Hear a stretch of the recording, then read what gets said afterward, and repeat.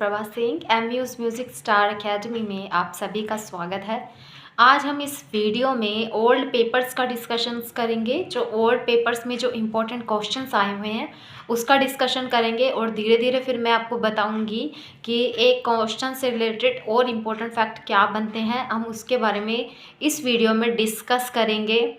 ठीक है, इसमें मैं आपको यूजीसी नेट का पेपर करवाने वाली हूँ और इसमें से कितने क्वेश्चंस आपके सही होते हैं ये आप बताएंगे। ओके, और उसके अलावा फर्स्ट फैब से एनवीएस की प्रिपरेशन स्टार्ट हो रही है। अगर आप लोग इसकी प्रिपरेशन करना चाहते हो तो आप मुझे कांटेक्ट कर सकते हो या मुझे कॉल भी कर सकते हो। ओके, तो इसमें हम करने वाले हैं इम्पोर्टेंट क्वेश्चंस जो कि ओल्ड पेपर यानी यूजीसी नेट के पेपर में आए हुए हैं और उस टाइम का लेवल थोड़ा सा टिपिकल है जब ये क्वेश्चन आए थे, लेकिन इस बार जिन्होंने पेपर दिया है वो बहुत ही इजी था, ज़्यादा टिपिकल नहीं था। आई होप कि रिज़ल्ट सबका अच्छा ही होगा। अभी आ जाएगा, शायद इसी नेक्स्ट वीक आ जाएगा रिज़ल्ट। आई होप सब ने आंसर की चेक कर ली होगी आप सभी ने। तो हम स्टार्ट करते हैं इम्पोर्टेंट क्वेश्चन जो भी है। देखिए, सबसे पहले एक क्वेश्चन आ रहा है कि आपको इसमें से डिफरेंट को चुनना है, कौन सा है, यानी कि आपको भिन्न बताना है जो इससे रिलेटेड नहीं है। ऑप्शन आपका फर्स्ट है लक्ष्य संगीत, दूसरा है अभिनव राग मंजरी, तीसरा है अभिनव गीतांजलि और फोर्थ है श्री मल्लक्ष्य संगीतम। इन चारों में से आपको ये बताना है कि कौन सा डिफरेंट है, भिन्न को चुनना है। अब ये भिन्न आप किस वे में चुन रहे हो, किस बेस पर चुन रहे हो, ये आप पे डिपेंड करता है कि आप इसको किस तरीके से भिन्न बना रहे हो। ओके, तो आपको बताना है कौन कौन सा डिफरेंट है। इसमें से एक ऑप्शन है लक्ष्य Sangeet, Abhinav Raag Manjari, Abhinav Geetanjali and fourth one is Shri Mallakshya Sangeetam. इसमें से कौन सा डिफरेंट है?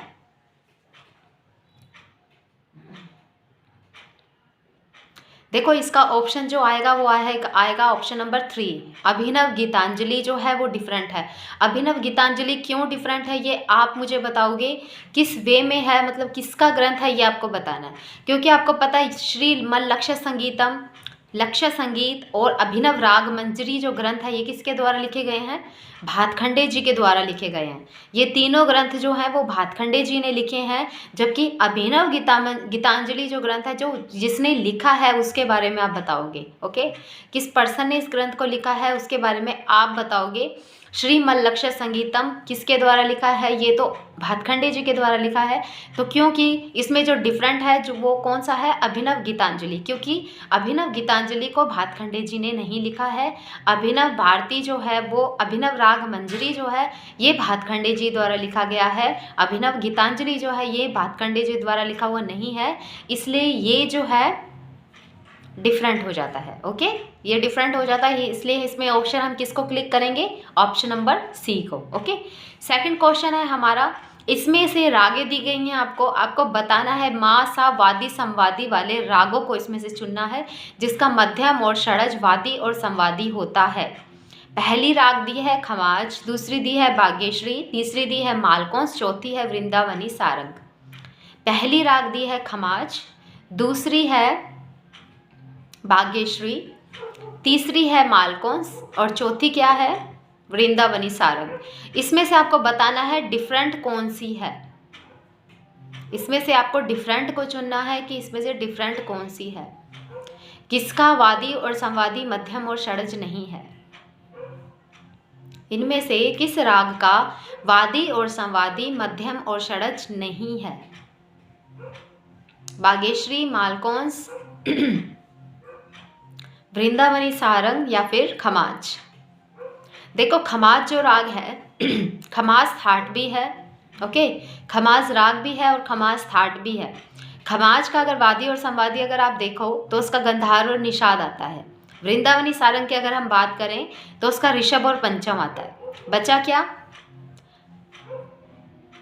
है ना, ऋषभ और पंचम आता है वृंदावनी सारंग का, जबकि खमाज का आता है गंधार और निषाद। मालकोंस का अगर आप देखो तो उसका मध्यम और षड्ज आता है और बागेश्वरी का भी मध्यम और षड्ज आता है। बागेश्वरी की अगर थाट की बात करें तो कौन से थाट से आता है? बागेश्वरी काफ़ी थाट से है। मालकोंस जो है वो भैरवी थाट से है। वृंदावनी सारंग भी काफ़ी थाट से आ जाता है। खमाज तो फिर खमाज थाट से ही है। ओके, तो मासावादी संवादी वाले अगर हम रागों की बात करें तो कौन कौन से आएंगे? भाग्यश्री आएंगे और मालकोंस आएंगे। तो इसमें से भाग्यश्री और मालकोंस जो है वो सही ऑप्शन होगा। ओके, नेक्स्ट क्वेश्चन है आपका क्वेश्चन नंबर 3 कि संगीत मार्तंड की उपाधि जो है वो किस संगीतज्ञ को मिली थी?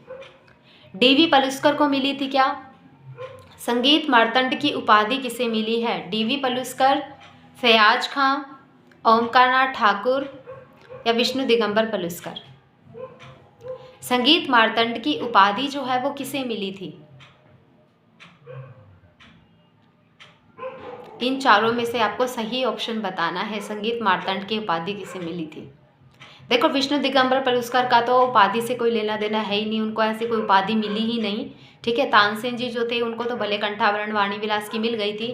फयाज खां जो है उनका उपनाम जो आता है प्रेम पिया आता है। ओके, उनको तो फयाजे मौसीकी की उपाधि मिली थी, है ना। लेकिन संगीत मार्तंड की उपाधि की अगर हम बात करें तो किसको मिली है? ओमकारनाथ ठाकुर जी को। तो इसमें जो सही ऑप्शन होगा हमारा वो क्या होगा? Omkarnath Thakur. Okay, next question है आपका, ये वृंदावनी सारंग राग दिया हुआ है, इसको आपको कनेक्ट करना है कि इसका वादी क्या है, संवादी क्या है, विवादी क्या है और अनुवादी क्या है।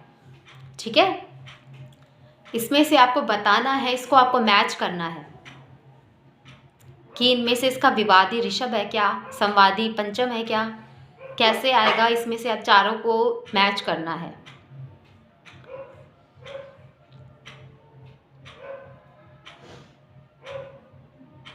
तो देखो, वादी स्वर के साथ अगर हम देखें तो किसको हम लगाएंगे? ऋषभ को लगाएंगे। संवादी की अगर बात करें तो किसको आएगा? पंचम को आएगा।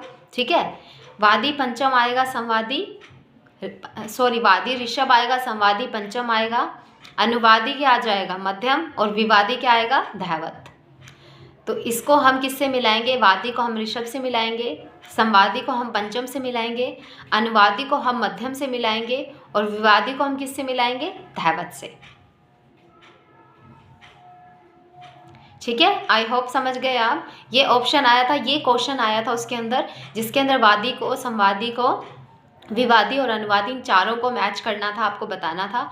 वादी संवादी स्वर तो आपको पता ही है, वादी जो है दैट्स द किंग। ओके, संवादी जो है वो मंत्री आ जाता है, विवादी जो है वो शत्रु आ जाता है और अनुवादी को हम सेवक बोल सकते हैं या फिर भृत्य भी बोलते हैं, क्योंकि श्रीनिवास जी जो है उन्होंने उसको भृत्य बोला है। सेवक तो बाकी सभी ने बोला है, अहोबल जी वगैरह ने सेवक बोला है। ठीक है, वादी क्या आ गया? वादी जो कि अंश स्वर भी माना जाता है, राजा स्वर माना जाता है, क्योंकि सबसे ज़्यादा राग में वादी स्वर का महत्व होता है और वादी स्वर के अकॉर्डिंग ही हम पहचानते हैं कि ये पूर्वांग प्रधान राग है या फिर उत्तरांग प्रधान राग है। ठीक है, अगर मैं वृंदावनी सारंग की बात करूँ तो ये पूर्वांग प्रधान है, ये उत्तरांग प्रधान है, क्योंकि इसका ऋषभ क्या है? वादी है।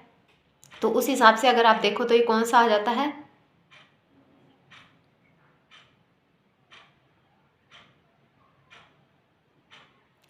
इसका पूर्वांग प्रधान आएगा। ठीक है, सारे गामा तक जिसका भी जा रहा है वादी, तो उस हिसाब से अगर आप देखो तो ये पूर्वांग प्रधान में आता है।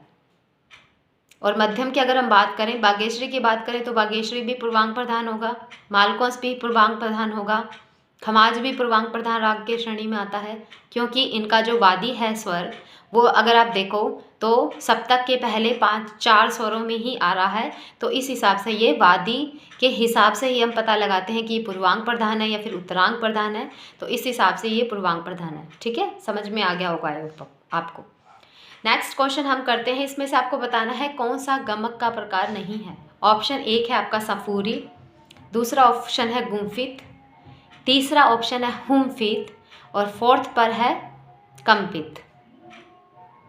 पहला ऑप्शन है सफूरित, दूसरा गुम्फित, तीसरा हुमफित और चौथा क्या है? कंपित। अब आपको बताना है इसमें से कौन सा गमक का प्रकार नहीं है।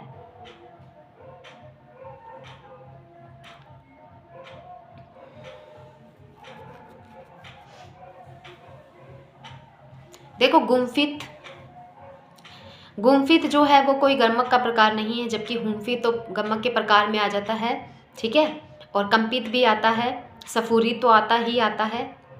ओके, सफूरित है ये स्वरित, इसको मत समझ लेना। स्वरित तो वो था कि षड्ज मध्यम पंचम जो है वो स्वरित होते हैं, उदात जो होते हैं वो रेधा होते हैं, अनुदात जो होते हैं वो गनी होते हैं, है ना। तो ये वो चीज़ अलग हो जाती है, वो सामगान में यूज़ होते थे।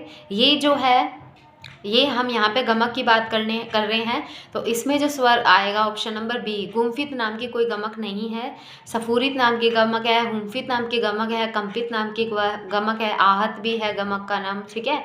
तो आपको पता है शारंगदेव जी जो है वो उत्तरी संगीत के बारे में उन्होंने 15 गमक के प्रकार बताए हैं। दक्षिणी संगीत में हमें 10 गमक देखने को मिलती है। अहोबल जी जो थे उनका जो ग्रंथ आता है संगीत परिजात 1650 में जो आया था, उसमें उन्होंने 20 गमक के बारे में बताया है। ओके, उन्होंने 20 गमक के बारे में बताया है।